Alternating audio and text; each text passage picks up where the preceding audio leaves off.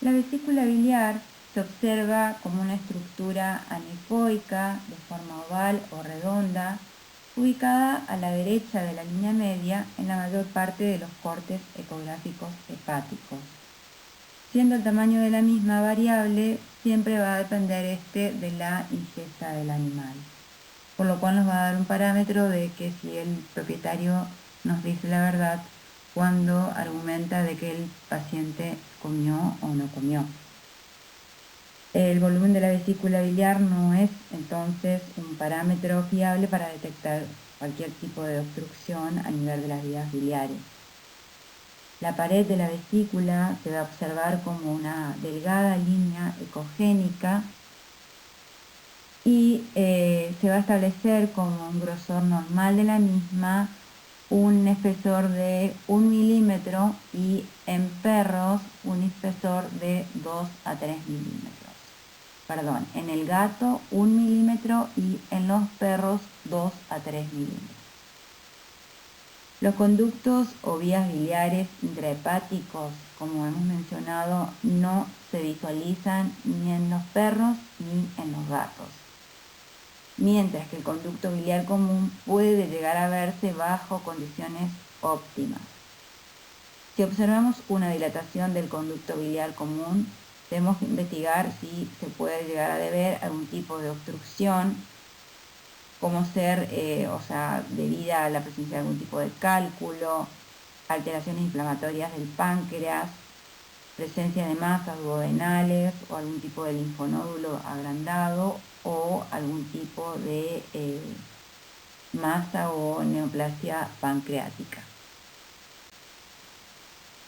La presencia de sedimento o barro biliar en la luz de la vesícula es un hallazgo relativamente común en la exploración ecográfica y siempre se debe considerar la presencia del mismo bajo el contexto del cuadro clínico que presenta el paciente. El mucosele biliar es una patología muy específica del tracto biliar detectable ecográficamente.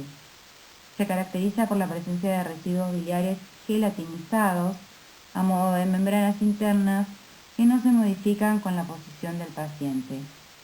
Ecográficamente se observa una vesícula que se va a encontrar distendida, con un contenido que puede llegar a ser, cuando se encuentra en un cuadro más avanzado, a tener un aspecto como estrellado o estriado.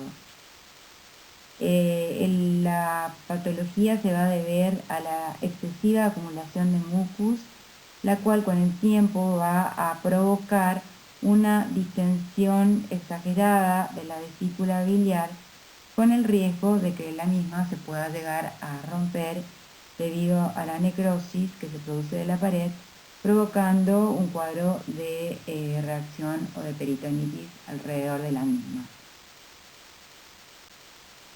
Los hallazgos ecográficos que se van a observar en casos de una colangitis van a ser un tamaño hepático que puede estar normal o aumentado. Podemos observar también una ecogenicidad mixta o también aumentada. El parénquima se puede presentar heterogéneo debido a la presencia de infiltrados periportales o en algunos casos áreas de necrosis. A veces los conductos intrahepáticos se van a encontrar distendidos, como lo ven en la imagen de la derecha inferior, y en estos casos el signo se va a denominar signo de demasiados tubos.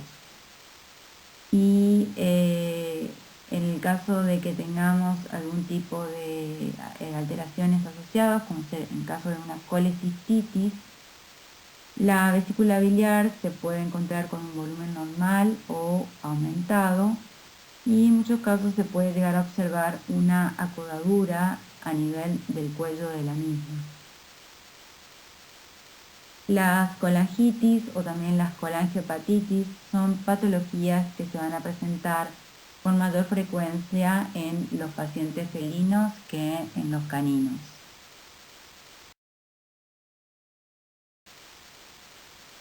El examen ecográfico del vaso resulta clínicamente útil para determinar su tamaño, su localización y la presencia de alteraciones del parénquima cuando se está sospechando de algún tipo de condición patológica.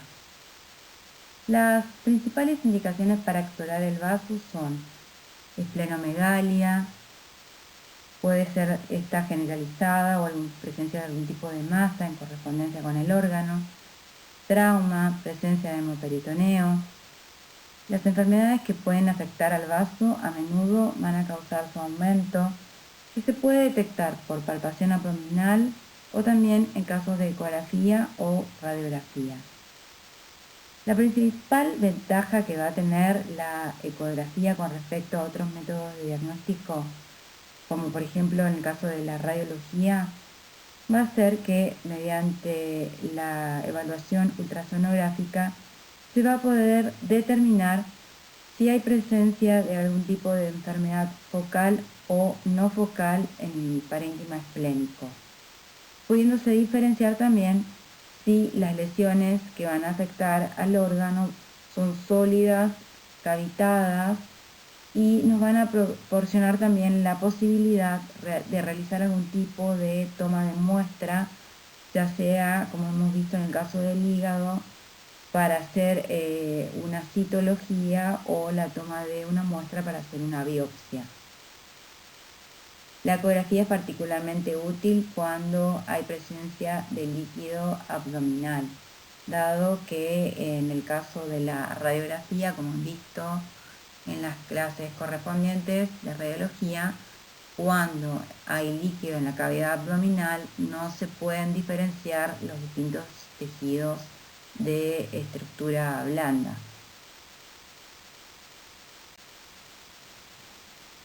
El vaso se localiza en el abdomen craneal izquierdo y normalmente se encuentra siguiendo la curvatura mayor del estómago. La posición exacta del vaso va a variar dependiendo del grado de distensión del estómago y también del tamaño del resto de los órganos abdominales. La cabeza del vaso se va a encontrar debajo del borde de la caja torácica. El cuerpo y la cola, o sea el extremo ventral del vaso, se van a extender a lo largo de la pared ventral del abdomen y va a depender su ubicación, como hemos visto, de acuerdo al tamaño del mismo. Cuando el vaso se encuentra aumentado de tamaño, puede llegar a cruzar la línea media ventral e incluso llegar hasta la región de la vejiga. Si no se puede llegar a ubicar la cabeza del vaso en relación al abdomen ventrolateral, se puede llegar a utilizar algún tipo de abordaje entre las costillas. El resto del vaso siempre se va a explorar sistemáticamente siguiendo los distintos planos y haciendo cortes sagitales y transversales en toda su extensión. Con respecto a la anatomía normal y ecográfica del vaso, el tamaño normal del vaso va a variar, como sabemos, dependiendo incluso en algunos, por cuestiones fisiológicas, este tamaño puede estar incrementado. La cápsula del vaso se va a presentar como una delgada línea ecogénica. El parénquima esplénico se presenta con una distribución homogénea bajo un patrón de textura fina y con un nivel de ecogenicidad de medio a alto. Este patrón va a contrastar con respecto al patrón del hígado. Recordemos que si relacionamos estas dos ecogenicidades, siempre el hígado normalmente va a presentar una ecogenicidad mayor en relación a la ecogenicidad hepática. La vascularización del vaso está a cargo de la arteria esplénica, que es una rama de la arteria celíaca, y también a cargo de la vena esplénica, que desemboca a nivel de la vena porta. Las ramas de la arteria esplénica son bastante difíciles de apreciar y si es necesario se puede llegar a diferenciar la presencia de esta vasculatura mediante la utilización de técnicas de Doppler.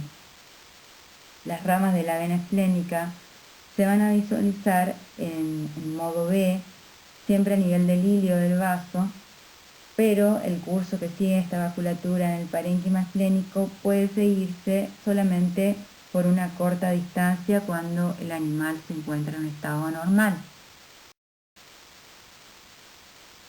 El estado patológico del vaso o alteraciones esplénicas se pueden presentar en forma similar a lo que sucede con el hígado, como lesiones difusas o focales. Con respecto a las lesiones difusas, el diagnóstico diferencial de la esplenomegalia difusa es bastante extenso y en muchos casos la ecografía no sería útil para establecer un diagnóstico específico. Es así que, por ejemplo, una esplenomegalia difusa se puede presentar bajo la acción de drogas anestésicas, en casos de infecciones, enfermedades inmunomediadas, leucemias, linfomas, anemias, infecciones parasitarias. En todos estos casos se puede llegar a producir un aumento difuso del órgano. Dentro de las patologías difusas que afectan al vaso, tenemos aquellas que son de origen infiltrativo. Y dentro de aquellas, las que se presentan con mayor frecuencia son el linfoma, que por lo general tiene un aspecto característico que se puede llegar a dar como se ve en la imagen superior de la izquierda, dando un aspecto apolillado de múltiples nódulos hipoecoicos. Otra cosa que nos va a ayudar en el diagnóstico va a ser la presencia de un tipo de linfoadenopatía reactiva cercana al vaso, lo cual nos va a colaborar en determinar el diagnóstico de esta patología. Otra de las neoplasias que afectan frecuentemente al vaso es el hemangiosarcoma, que normalmente se puede llegar a presentar como un aspecto, dando al vaso un aspecto de trabeculado, que presenta cantidades variables de áreas anecoicas e hiperecogénicas, que pueden llegar incluso a producir algún tipo de refuerzo posterior. Muchas veces esta neoplasia se encuentra acompañada por la presencia de hemoperitoneo. La presencia de una lesión focal en el vaso es una imagen que tiene un carácter muy inespecífico, dado que estas lesiones pueden tener un origen benigno, como ser una hiperplasia nodular, un hematoma, un absceso, o también pueden llegar a corresponder a algún tipo de lesión maligna, como ser un linfoma, un mastocitoma, una lesión metastásica. Esto no se va a poder determinar, como hemos visto en los casos anteriores, mediante el aspecto ecográfico que presente la imagen, sino nada más por la realización de un estudio citológico o la realización de una biopsia.